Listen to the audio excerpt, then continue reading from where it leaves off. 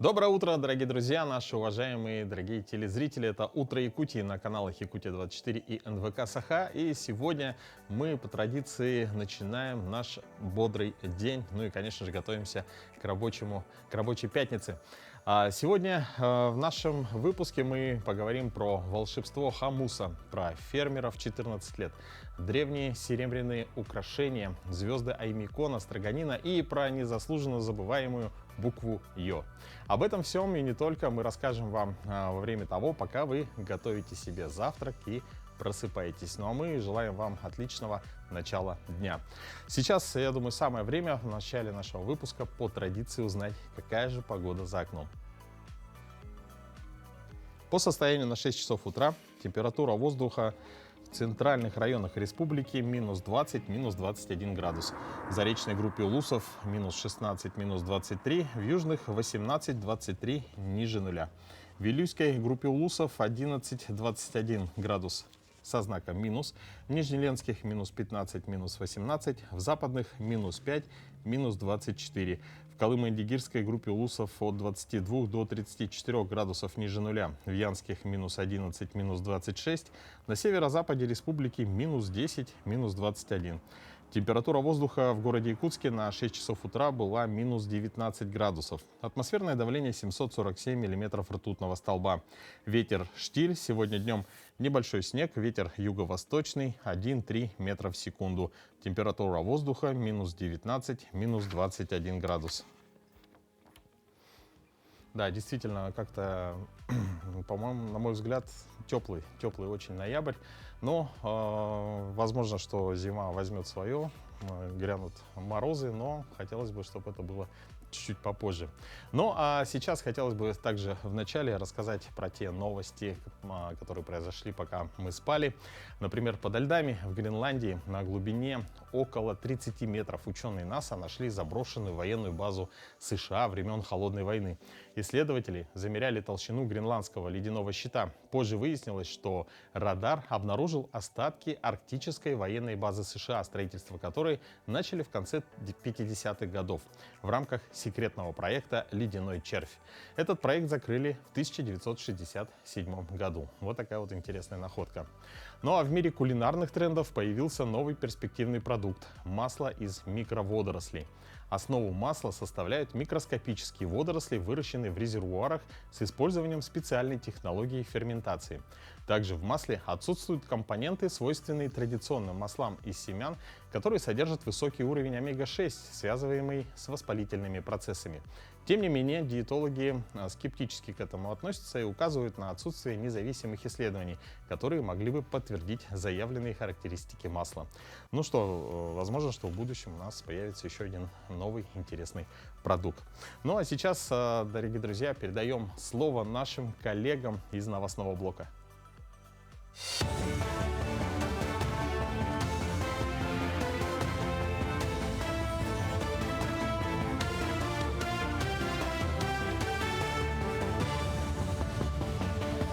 Доброе утро! Расскажем об актуальных событиях к этому часу. Как передают наши военкоры Николай Бестинов и Петр Шестаков, якутские солдаты стали ремонтировать вездеходы «Сокол», которые доставляются воинским формированиям, где служат наши земляки. Эти вездеходы давно доказали свою эффективность в боевых условиях и спасли жизнь многим нашим солдатам. В основном вездеходы выходят из строя из-за взрыва противопехотной мины и постоянных атак дронов. Благодаря ежедневному труду двух солдат, Николая из Нюрбинского Улуса и Евгения из поселка Жатай, за полгода было восстановлено сотни вездеходов. Восстановленную технику обратно доставляют на линию фронта. Наша работа заключается в техническом обслуживании, ремонтно-восстановительных работах. Особо сложности нету, инструмент все есть у нас, техническая база хорошая, оснащена полностью, только работа мешает погодные условия. Прошлую зиму хорошо отработали «Сокола», ребята очень довольные. Проблем по техническом плане больших проблем нет. В основном именно подрывы, основные проблемы такие. Правительство выделило дополнительное финансирование для помощи жителям Якутии, пострадавшим от паводка. Из резервного фонда выделено более 100 миллионов рублей, пострадавшим в мае этого года из-за разлива рек Лена, Вилюй и Анабар.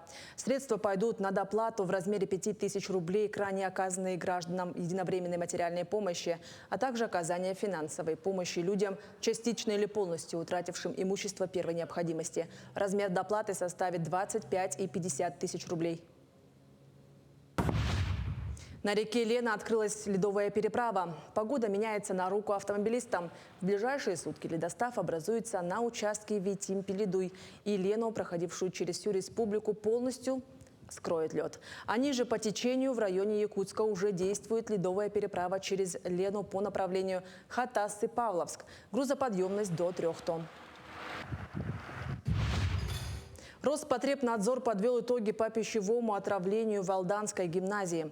Напомним, неделю назад 14 школьников получили пищевое отравление, пообедав в столовой образовательного учреждения. Роспотребнадзор и другие контролирующие органы провели следственные мероприятия, изучили результаты анализов проб на возбудителей пищевой инфекции и получили следующее.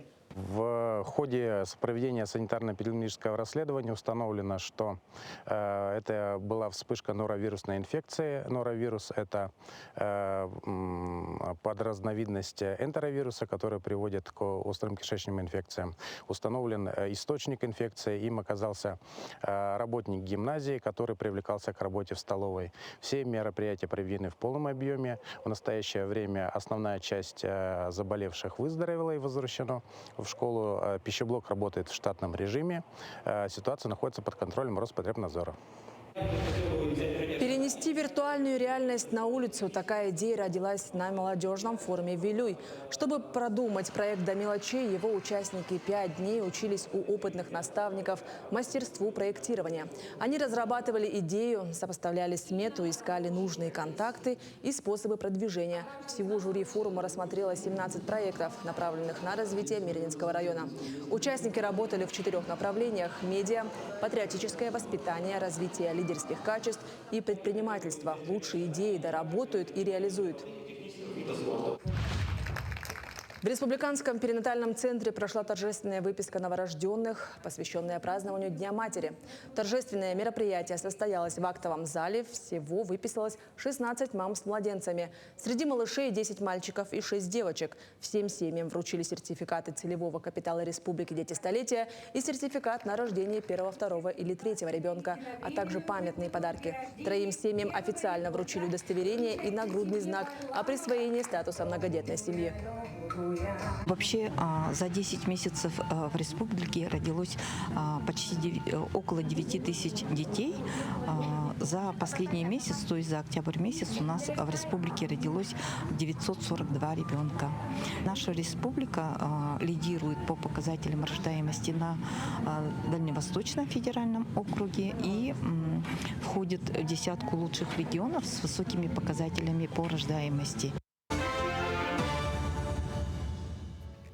Знаете ли вы, что утро – это уникальная часть дня? Дело в том, что только утром можно позавтракать и сделать утреннюю гимнастику. Доброе утро! Сегодня день начнем мы с разминкой с палочкой для осанки, укрепления спины, мышц, чтобы спинка у нас была ровная и красивая. Как раз это актуально деткам и подростковым периоду. Ванечка, возьмем палочки, начинаем ходить и дышим. Вдох, выдох. Вдох, выдох. И на последний вдох, выдох. Ручки наверху оставила и за спинкой пошли. Раз, наверх, 2, наверх. И таких можно 10 повторений сделать. Наверху остановились и на цыпочках пошли. Стопочки размяла. Раз, 2, 3, 4. И раз, 2, 3, 4. Палочку за спинку Аня завела. Молодец. И пошли на пяточках. На пяточках, на пяточках. Носочки наверх. Во. Раз, 2, 3, 4. 3, 2, 1. Сделали вдох. И выдох. Перед собой палочку держим. И как балерина пошла. Ножки в стороны пошли. Раз, 2, 3, 4. И раз, 2, 3, 4. И последняя на стопы. Это у нас Мишка косолапый. Мишка косолапый как ходит. Во. Раз, 2, 3, 4. И раз, 2, 3. Ножки прямо. положили и корпусом потянулись. 3, 2, 1, вниз пошли с тобой. Хоп, максимально и наверх. Еще раз вниз и наверх. Пошли на правую сторону. Корпусом потянулась. 3, 2, 1, поднялась. Второй и третий. В другую сторону, Анечка, пошли в 3, левую. Раз, тянемся, 2, 3, поднялась. На выдохе вдох медленно, выдох. И третий раз вдох и выдох. Тем самым мы проснулись с тобой и растянули все тело. А палочку берем за спину. Взяли сзади хватом. Пониже сделай. Давай я тебе помогу. Вот. Одна вниз ушла. И вверх-вниз пошли. Раз, 2, 3, 4. И раз, 2, 3, 4. Ручки поменяли. Поменяла. Во, молодец. И пошли. Раз, 2, 3, 4. Вверх, вниз, вверх, вниз. Хорошо. Поставили ручки. И давай с тобой грудные мышцы растянула. 3, 2, 1. Молодец. В другую сторону. Хоп. 3, 2, 1. Давай пойдем на ноги. Растянули. 3, 2, 1. И другая ножка. Тянемся. 3, 2, 1. И завершаем комплекс на весь корпус тела и на нижний. Пошли. Раз, вправо, влево тянем. Хоп, хоп, хоп. 3, 2, 1. И пошли тазобедренный. Раз, ножками. 2, молодец. 3, 4, 5 и 6. Палочку поставили и немножко разогнали лимфу. Попрыгали. Хоп, хоп, хоп, хоп. Раз, 2, 3, 4. И раз, 2, 3, 4. И вот с таким простым приспособлением можно взять черенок от лопаты или от швабры и сделать такой комплекс. Всем хорошего дня, Аня, помаши. На календаре 29 ноября, пятница. Несколько парадоксально, но сегодня есть два события, которые как бы взаимоисключают друг друга. С одной стороны, это день всех шопоголиков мира, Черная пятница, когда можно купить вещи с большими, даже, наверное, огромными скидками. А с другой стороны, сегодня Всемирный день отказа от покупок, когда люди, наоборот, на сутки отказываются от покупок, так как чрезмерное потребление – это опасная общественная тенденция. Ну, какую сторону выберете вы, решать только вам. А какие еще события, связанные с сегодняшней датой, мы расскажем прямо сейчас.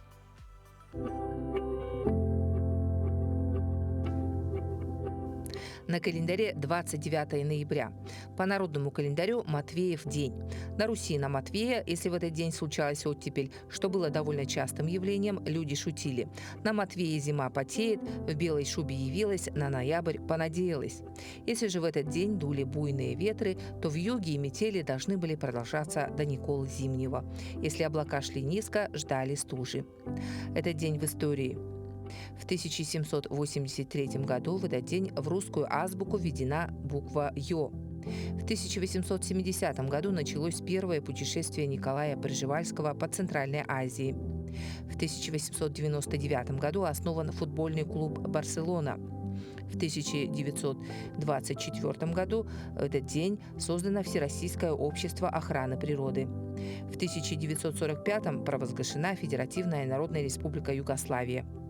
В этот день родились Жан-Мартен Шарко, французский психиатр, придумавший душ-антидепрессант Шарко. Гертруда Джекил, британский дизайнер, писательница, художник. Джон Флеминг, английский ученый-электротехник, изобретатель первой электронной лампы. Юрий Войнов, советский футбольный полузащитник, советский украинский тренер. Жак Ширак, французский политик, 22-й президент Франции. Именины сегодня отмечают Василий, Виктор, Дмитрий, Иван, Макар, Матвей, Михаил, Николай, Сергей и Федор. Ну, как уже было сказано ранее, сегодня, 29 ноября, ежегодно отмечается День буквы «Ё». Это самая молодая буква в русском алфавите. Ее придумала в 1783 году Екатерина Дашкова, сподвижница Екатерины II, княгиня и руководительница императорской Российской империи. Буква «Ё» – самая необычная буква русского алфавита. Казалось бы, это просто буква, однако именно она страдает больше всего. Ее написание считается необязательным, и большинство людей предпочитает не затрудняться в постановке двух точек над «е». Сегодня эту тему с нами обсудит наш гость, кандидат филологических наук, доцент кафедры русского языка Северо-Восточного федерального университета имени Максима Кировича Амосова Анна Шкатуляк. Анна, здравствуйте. Доброе утро. Доброе утро. Ну, Да. я уже слыша ваш разговор, уже вступаю в него, в диалог с вами. Ну, конечно, вот действительно буква «ё» из всех 33 букв русского языка вызывает самые яростные споры. И до сих пор возникает вопрос о ее законности в алфавите и о том, насколько действительно ее нужно употреблять.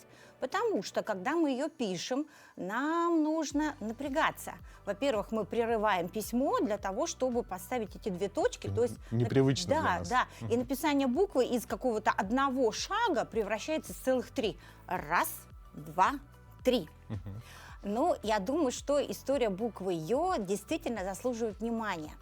Потому что, наверное, если бы о ее истории, о приключениях буквы «ё» в русском языке узнал какой-нибудь писатель типа Дэна Брауна, то мы получили бы роман в духе Кода да Винчи. Итак, какую-то часть истории буквы «ё» и вы уже рассказали. Действительно, по одной из версий, эту версию предложил историк Пчелов, вот, кстати, его фамилия, то ли Пчелов, то ли Пчелов, вот без буквы «ё» не очень понятно, и писатель Чумаков.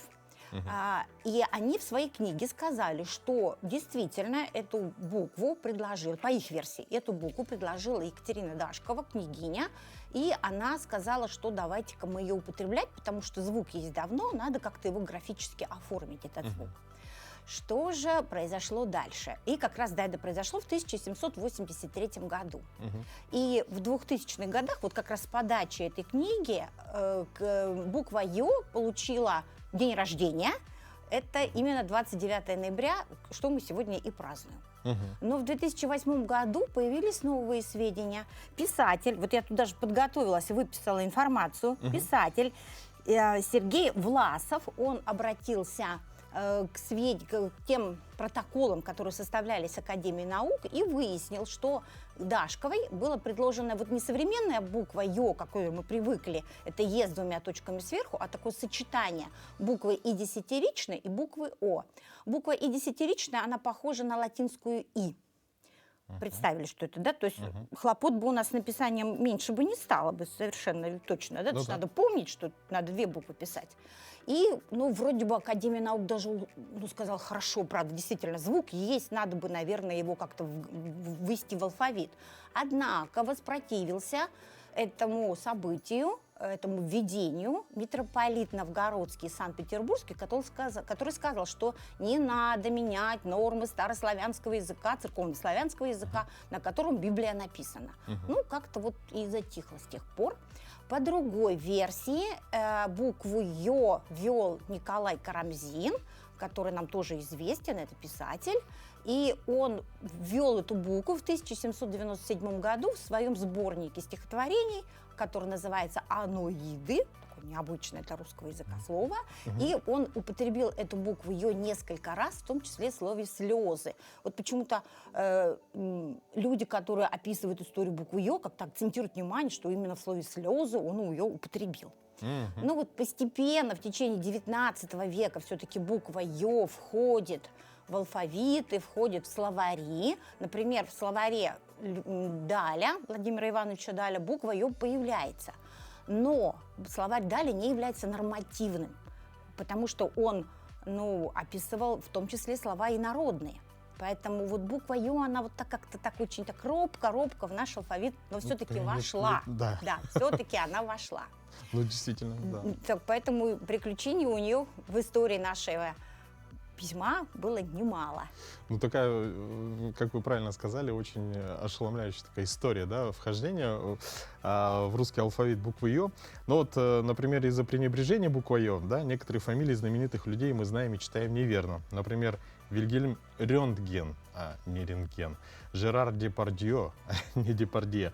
Также часто букву «ё» заменяют на «е», да, в документах, и с этим часто возникают проблемы. Так можем ли мы обойтись без буквы «ё»? Как вы думаете? Ну вот тут такая вот сложность возникает. Дело в том, что согласно правилам русского языка, причем утвержденным правилам русского языка, употребление буквы «ё» считается необязательным, факультативным. Хотя, справедливости ради, нужно сказать, что был небольшой промежуток в истории русской письменности, когда употребление буквы «ё» было обязательным.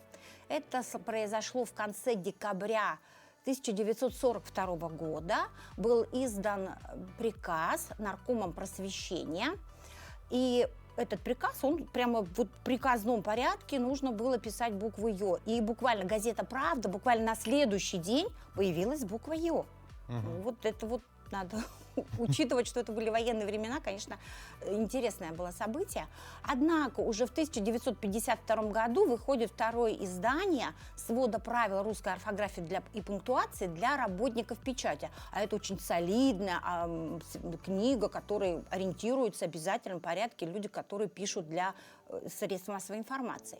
Так вот, там уже было написано прям черным по белому, что употребление буквы «ё» не обязательно. То есть буква «е», букву «ё» можно заменять. И именно рекомендуется употребление только в нескольких случаях.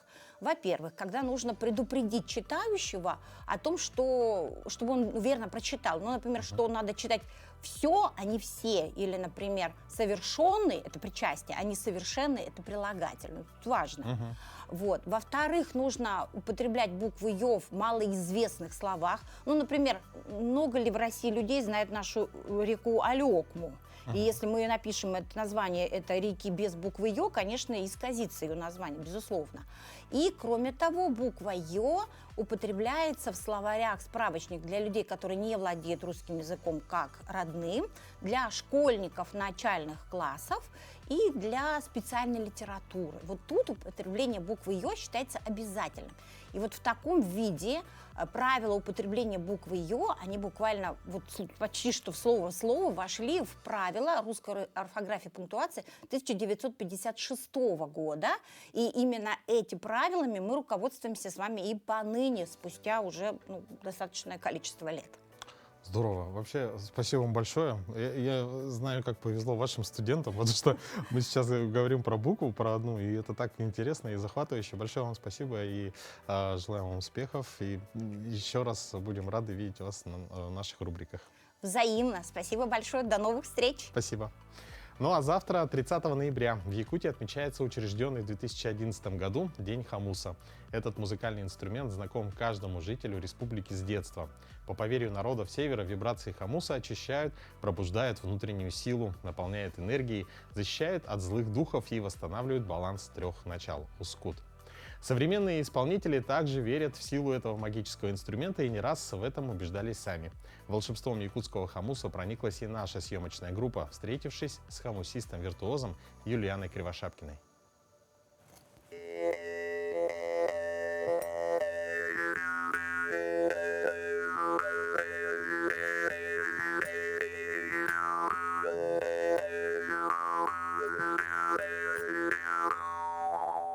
Этот старинный хомус достался Юлиане от бабушки, поэтому очень бережет и именно через него ощущает силу и поддержку своего рода. Когда мне 7 лет стало, вот моя мама подарила бабушкин хомус. К сожалению, я ее живьем не достала, но ее хомус у меня со мной всегда, и это мой оберег. Считается, что хомус, изготовленный хорошим мастером, имеет особенную силу. Ведь не зря у якутского народа кузнецы считались даже выше шамана. Есть много инструментов, и многие сделаны машинально на станке. И они могут давать хорошие звуки. Но повторить звучание якутского хомуса не получится ни у кого. У хомуса есть душа, переданная мастером. И то, что у хомуса есть душа, Юлиана показала нам прямо во время съемок сюжета.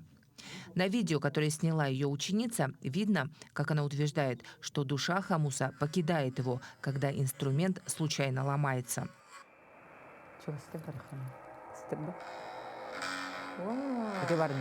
Душа улетела. Ага.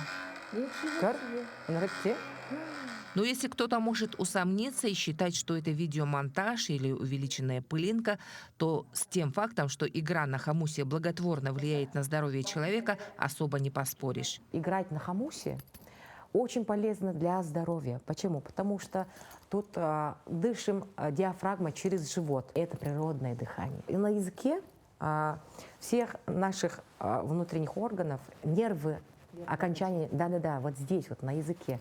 И когда мы заставляем работать язык много, то язык уже просыпается, пробуждается все тело. Поэтому я стараюсь всех обучать. А ученики у Юлианы не только в Якутии. Научиться извлекать звуки хамуса стремятся люди со всего мира. Ученица из Германии уже довольно хорошо играет на якутском хамусе и сама преподает своим землякам.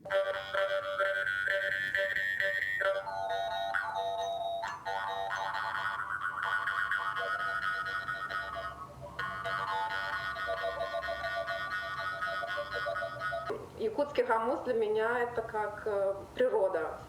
В принципе, это не музыка, это есть мистика. Я всегда работала с бубеном, с голосом, но что-то вот такое глубокое, мистическое во мне не хватало. О том, что якутский хамус способен возвращать человека к истокам, почувствовать связь с природой, отмечают многие.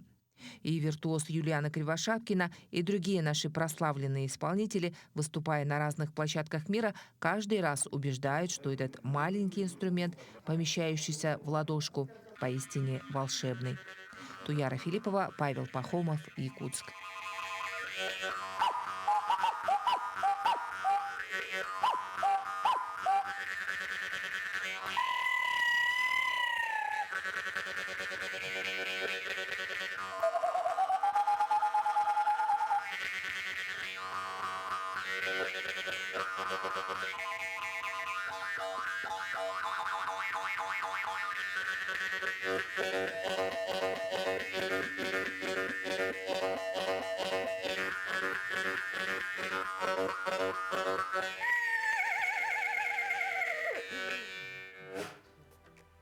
Вообще надо отметить, что якутский национальный костюм, конечно, особенно украшения, поражают абсолютно всех. И продолжит наш эфир рубрика «Музейный гид», в которой мы познакомим вас с некоторыми экспонатами мультимедийной выставки «Достояние республики». Доброе утро. Сейчас в стенах Национального художественного музея республики идет мультимедийная выставка «Достояние республики».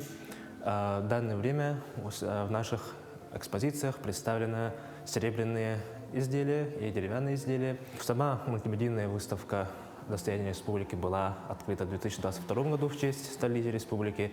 И на данный момент, благодаря интересным инсталляциям, данная экспозиция, данная выставка может погружать зрителя в исторический и культурный контекст.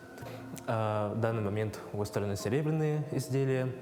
И, в принципе, мы должны отметить, что серебро издревле считалось священным, оберегающим для наших предков, для якутского народа. Ну а мастера считались даже старше, чем сами шаманы, и были очень почитаемыми людьми. Белый и сияющий цвет серебра был издавна почитаем и связывался с Юрюнгар-тайоном, вообще, в принципе, с белым солнцем, сияющим солнцем.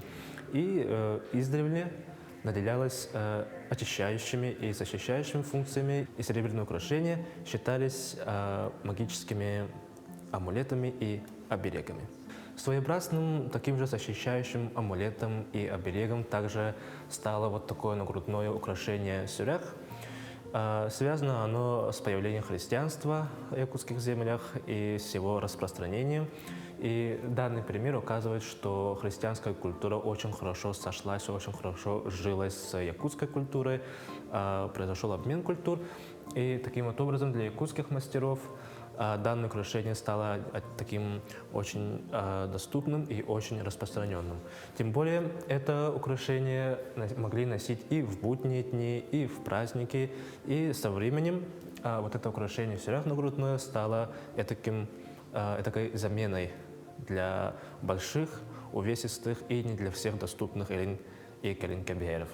И, как мы видим, оно очень богато украшено, имеет очень интересную орнаментику и было связано с различными функциональными особенностями. Например, вот щипчики с левой стороны мы можем видеть, с правой стороны тоже видим интересную деталь, которая могла служить также для функциональных целей. И таким вот образом, в связи с влиянием самых различных функциональных особенностей и слияния культур, мы можем видеть пример вот таких очень интересных украшений, которые называлось сюрях. А почему сюрях таким вот образом? Потому что на якутском сюряхтане и до сих пор означает крещение. Обряд крещения, и вот таким вот образом само украшение получило такое интересное название сюрях.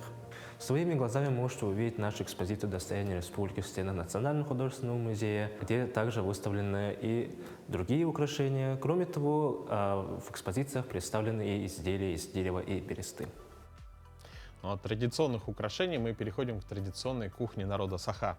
В рубрике «Полезный завтрак» мы поговорим про очень вкусное блюдо – кёрчах. Сегодня мы будем готовить традиционное якутское блюдо. Оно является обрядовым, праздничным или для дорогих гостей. Готовят его преимущественно летом, потому что для него нужны свежие сливки. И украшают его обычно ягодами. То есть получается такое блюдо, которое всегда ассоциируется у якутов с летом, солнцем. Называется оно кёрчах. Для того, чтобы его сделать, вам понадобится, кроме сливок, обязательно вот такая мутовка, ни в коем случае не миксер. Эта мутовка называется ытык. Вот. Видите, она сама как солнышко. Поэтому давайте начнем. Сливки берем от 25% и выше жирности. Если у вас будут очень жирные сливки, вам необходимо будет их разбавить немножко молоком. То есть 45%, соответственно, туда уже нужно будет носить молоко, иначе вы можете перебить, получить вместо кёрчаха масло. Вот. Мутовочкой взбиваем сливки до образования пиков белых, как говорят в кулинарии. Да, это будут взбитые сливки, это и есть кёрчах. Любимое якутами лакомство кёрчах, оно, смотрите, требует взбивания до такого состояния. Вот эти пики острые, да, они находятся в агрегатном состоянии всего примерно 20 минут, да, потом пена начнет спадать. Процесс взбивания этой сливок называется эмульгирование жиров. То есть получается жир, содержащийся в сливках, он создает такую вот насыщенную воздухом пенку. Раньше якуты могли есть кёрчах без добавления ягод, без добавления сахара, да, но мы с вами хотим сделать это блюдо более красивым. Добавим сюда свежемороженую бруснику. Вкуснее всего, конечно, это блюдо с земляникой, с голубикой, да, с более такими сладкими ягодами, да. Поскольку брусника очень кисленькая, мы немножко смешаем наш кёрчах с сахаром. Мутовочку раньше все бабушки отдавали самому любимому внуку. Тот, кто получал мутовочку, получал бабушкино благословение и любовь. Наш кёрчах готов. Подавать его нужно на стол вместе с лепешками, с хлебом, ну или есть отдельно. Вообще, смотрите, получается, вот эта взбитая пена, да, в замороженном состоянии великолепно хранится. То есть, если вы вынесете на улицу и дадите постоять минут 20, у вас получится замечательное мороженое домашнего производства. И якуты в 20 веке придумали этому блюду, отдельному замороженному, название мартышки. Почему? Я не знаю. Но это все равно очень вкусно. Вам приятного аппетита! Ну, наверное, мартышки придумали, потому что они похожи такие на ушки мартышки. Ну, скорее всего, это моя версия. Вот в одной ретро-комедии звучит нам песня «Строить и жить помогает». И это так и есть. Конечно, петь умеют не все, а вот слушать — это другое дело. Послушать исполнителей, отдохнуть душой, получить заряд доброты и оптимизма смогли жители села Тамтор Аймиконского района, где на днях прошел районный песенный конкурс «Аймиконские звезды».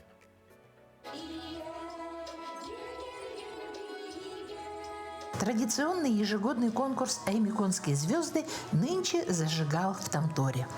Согласно положению, участников конкурса принимают на след победителя предыдущего. Жители Тамтора всегда рады гостям, поэтому зрительный зал Дома культуры был переполнен. Конкурс проходил в 2 этапа и длился более 3 часов. Среди участников солисты и вокальные группы из Аймикона, Ичугея, Сарданоха, Терети, Уснеры и, конечно, хозяева праздника песни «Тамторцы». Вне конкурса в качестве гостей выступали обладатели гран-при прошлых лет: ансамбль Туярма, солисты Ульяна Захарова, Аяр Старков, Нарея Сивцева. Хочется выделить сильных солистов Николая Корнилова, Зинаиду Сивцеву, Дмитрия Винокурова и Егора Неустроева. Удачно дебютировала Надежда Гладкова из села Терють.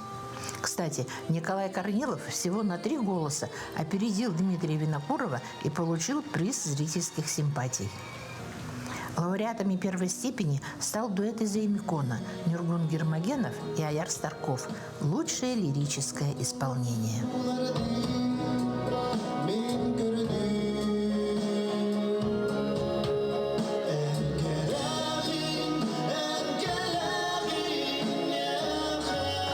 В этом году в конкурсе «Эймиконские звезды» мы участвовали дуэтом и получили лауреат первой степени. Мы пели песню нашего земляка Федора Шпинева «Тюнгюсанам» и выиграли этот приз.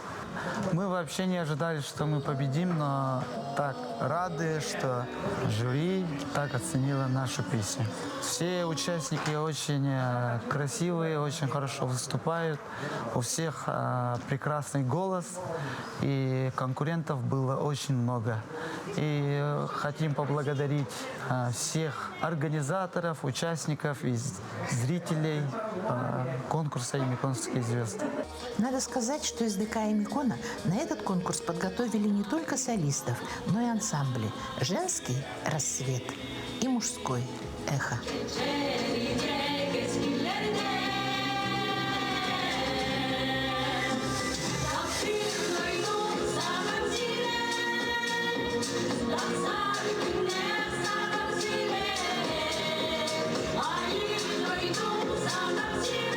С каждым годом у нас появляются новые имена, новые ансамбли появляются, поэтому это очень хороший показатель для местных населений. Ансамблей очень много получается, и сольные концерты, поэтому в этом году конкурс прошел, мне кажется, на ура. И сегодняшними гран-при конкурс победили вокальный ансамбль села Эймикон, Доран, мужской ансамбль. Поэтому в следующем году звезда Эймикония будет в селе Эймикон.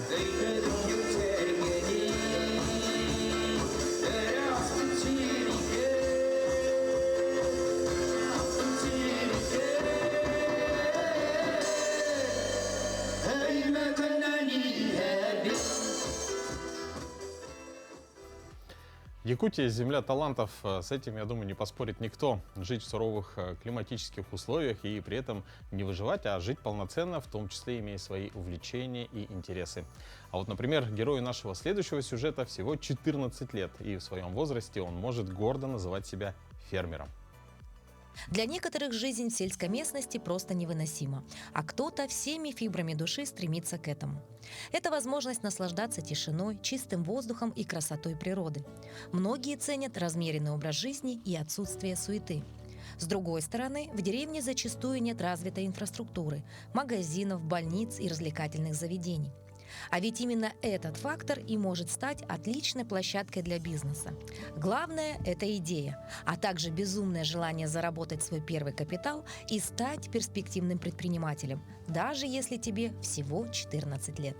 Я интересовался технологиями в сельском хозяйстве и, в общем, с перепелками. И изучил обучительские наборы, прошел онлайн-курс обучения. У меня 4 вида перепелки – Силадон, техасская, смокинговая и манчжурская. Они несут в день, тоже 40 яиц перепелиных. Объем этих яиц я поставляю в магазин и угощаю своих близких. Недавно я участвовал в конкурсе «Шаг в будущее», которое было в городе Москва. Но я оттуда не прошел не с пустыми руками, а с уникальной породой смокинговая. Уникальность ее заключается в том, что она мясная и может нести яйца. И еще что такой породы вовсе нет в республике Саха-Якутия. Идея открыть ферму пришла около 2 лет назад, когда Герман, находясь в отпуске в жаркой Африке, впервые увидел фазанов. Его желание тут же поддержала семья. Для начала были приобретены 2 перепелки. Папа и дедушка построили 6-гранный домик из старого сруба, а мама стала активно помогать сыну в поисках грантов и конкурсов для первоначального капитала. Участвовал в разных конкурсах, выигрывал гранты. Люфа Светлана Григорьевна, я выиграл 30 тысяч рублей на окна и на крышу. Глава Никита Викторович выделил мне 5000 рублей. Василий Петрович, компания «Талакан», 10 тысяч выиграл. По словам юного фермера, совмещать учебу и свое дело несложно, благодаря автоматизированной технологии ухода за птицами. Ферма Германа работает практически автономно. Всеми важными процессами можно управлять удаленно, даже находясь в школе. На помощь приходят новые технологии и гаджеты. Отличительной чертой моей фермы является водопоилка, онлайн-видеокамера и автоматическая чистка помета. Онлайн-видеокамера мне нужна, чтобы следить за перепелками, как они кушают, достаточно у них еды осталось. Например, я сижу в школе и слежу за перепелками, за перепелятами. Я решил приобрести Алису для упрощенного взаимодействия с технологиями. Например, у меня есть датчик температуры и влажности. Я могу спросить у Алисы, она мне все полностью расскажет. Алиса, температура и влажность этой комнаты. Температура 10 градусов Цельсия. Влажность 47%. В своей ферме я пытаюсь экспериментировать. И, например, я нашел лайфхак, что если посадить растение в комнате, получится влажность. И в будущем я хочу тут сделать умную теплицу, растить микрозелень. Но пока я еще не посадил микрозелень, я пока посадил лук, и показатели показывают, что влажность повышается. Многие думают, что заводить птиц на своем подворье очень хлопотно и сложно. На самом же деле это не более чем миф. Выращивать их на мясо или яйца, как для себя, так и на продажу, достаточно просто и экономически выгодно. Свое пожелание хотелось сказать, что развивайте ваши любимые дела.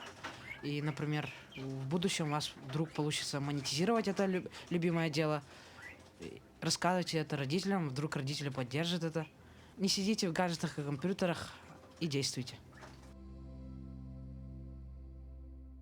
Хотелось бы только сказать, что Герман большой молодец, и мы желаем ему успехов в его прекрасной деятельности. Ну а сейчас мы передаем слово нашему новостному блоку.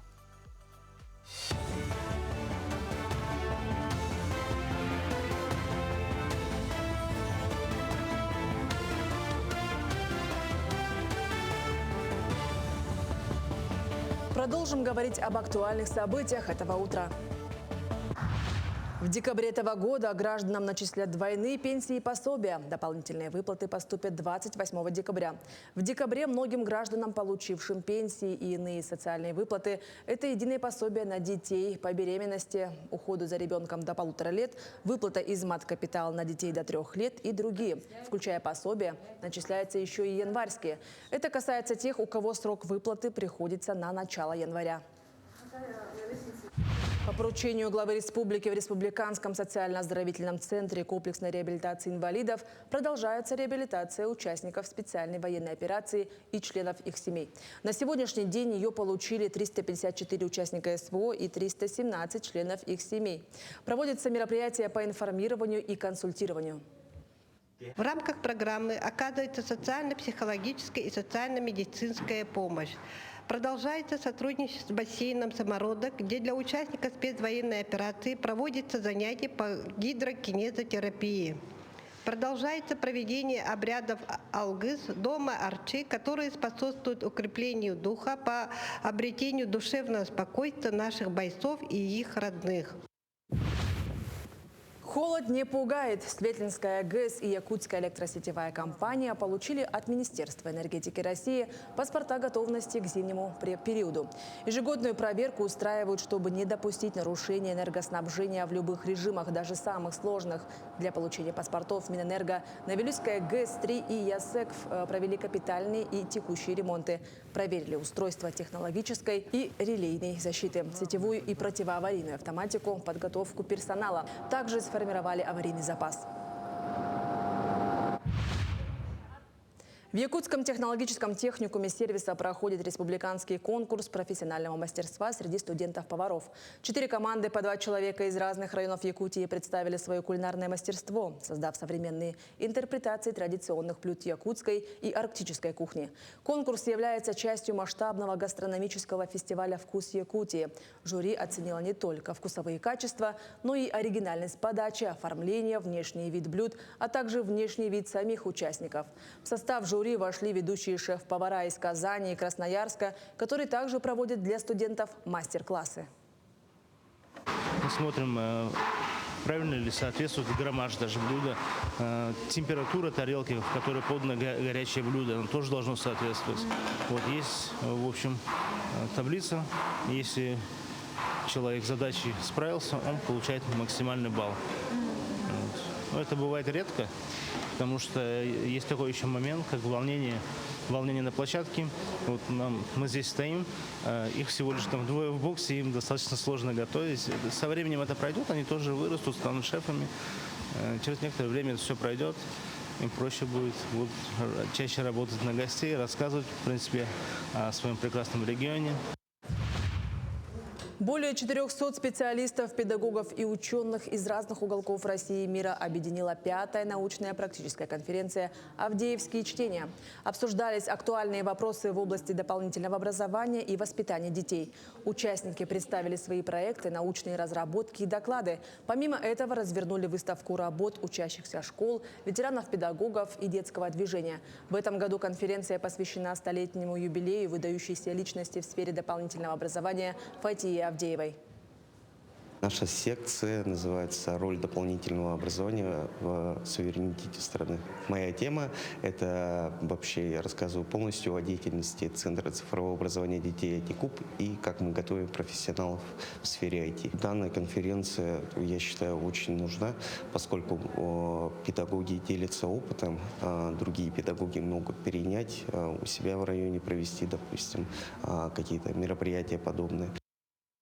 Это были все новости к этому часу. До встречи в эфире.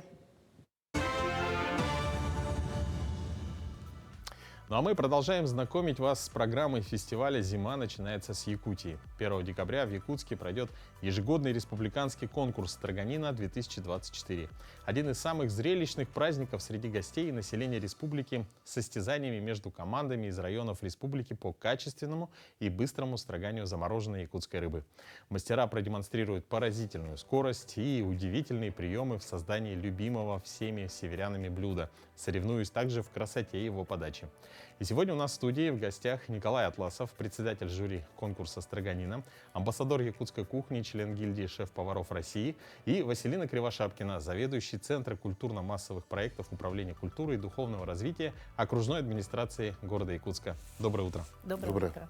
Ну, немножко об истории конкурса и чем удивит конкурс нас в этом году. Но история начинается с 2011 года, когда в свое время мэр города Якутска Юрий Вадимович Заболев предложил провести красивый зимний праздник. И было принято решение сделать праздник Строганина, который заключало в себе именно конкурсную составляющую.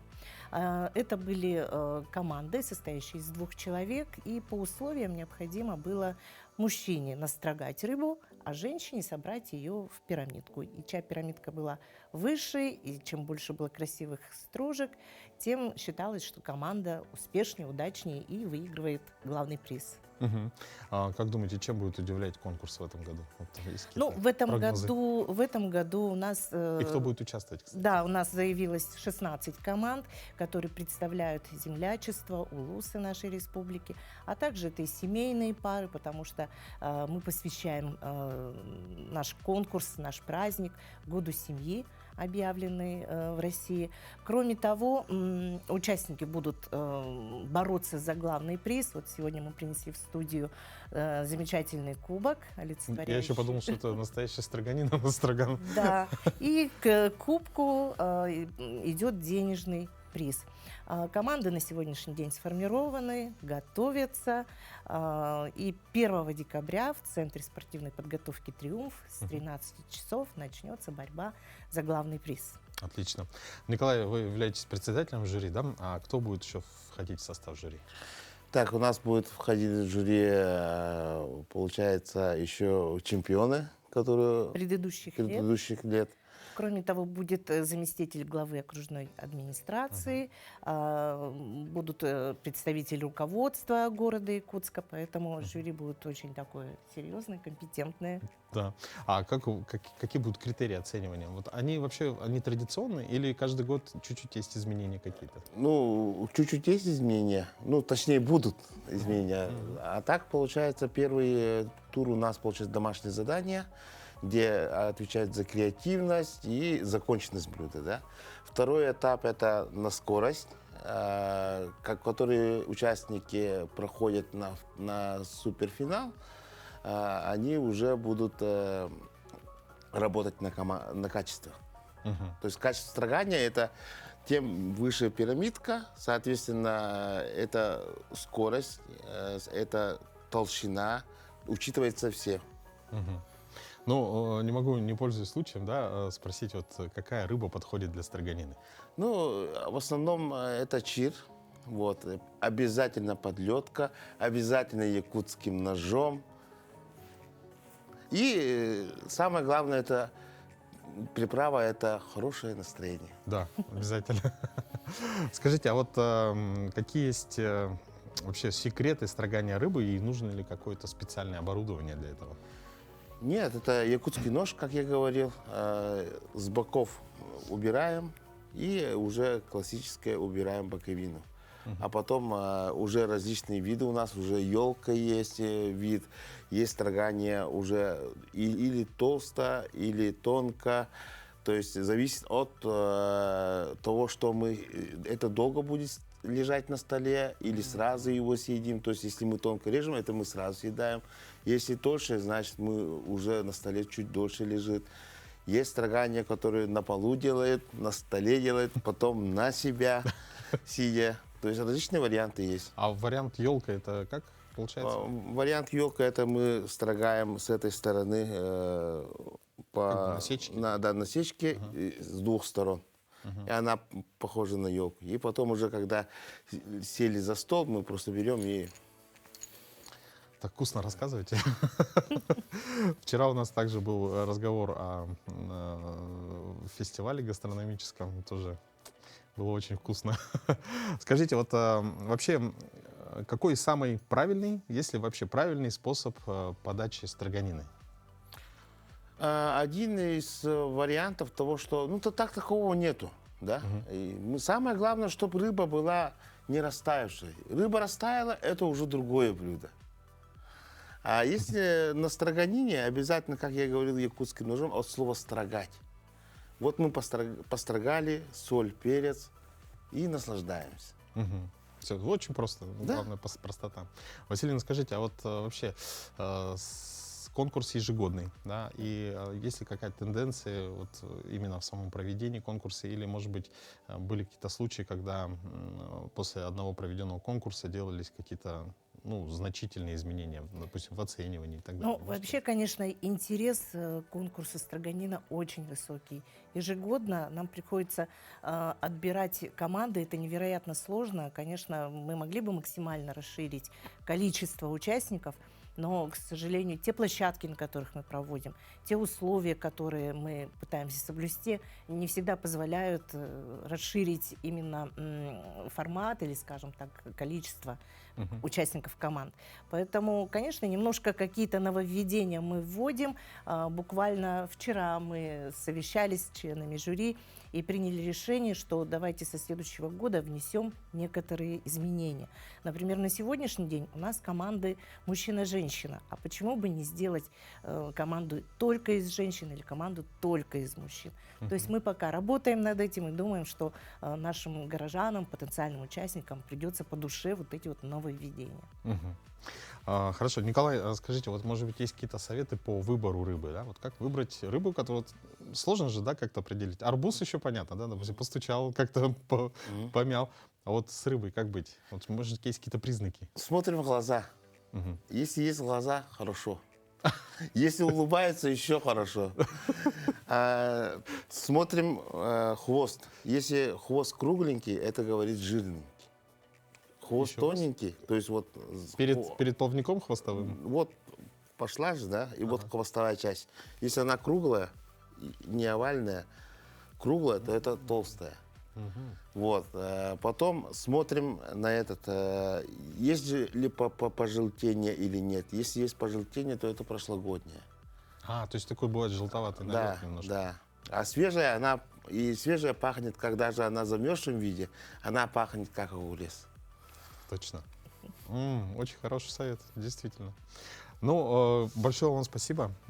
Хотелось бы пожелать успехов всем участникам. Я думаю, что действительно это, можно сказать, событие года, да, вот именно в гастрономическом плане. Это многие люди следят за этим. И даже вот вообще же много людей очень приходит на конкурс Строгонина. И это всегда очень интересно. Поэтому желаем вам успехов. И, пользуясь случаем, конечно же, всем участникам конкурса Строгонина 2024. Я думаю, вот этот красивый кубок кому-то из них обязательно достанется. Ну и нашим зрителям мы, конечно, желаем всего самого хорошего. Сегодня у нас, напоминаю, пятница, сегодня рабочий день. И я думаю, что у нас получилось сделать ваше утро бодрым и интересным. До новых встреч в эфире.